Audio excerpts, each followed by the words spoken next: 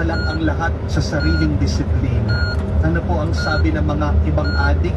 Kaya ko naman tumigil kung gugustuhin ko lang. Pero kasinungalingan po yan. Di totoo yan. Aminin natin, kahit na gusto na nating magbago, hindi natin mapapagbago ang ating mga sarili. Only God, through His power, can change. You can never change your evil heart. Opo, mahalaga ang disiplina. Pero kung wala ang grasya ng Diyos, hindi tayo magtatagumpay. Magpapatuloy ang masama nating ugali.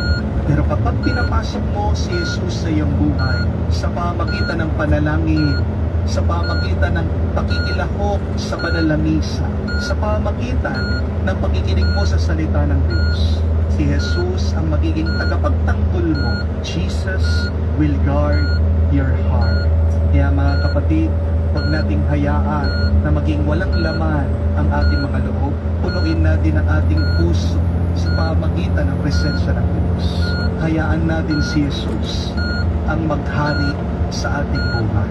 Hari nawa, sa pamagitan ng pagkakaroon ng malinis na loob, makita mo ang kabutihan ng iba at maranasan mo ang buhay na ito ay tunay na maganda.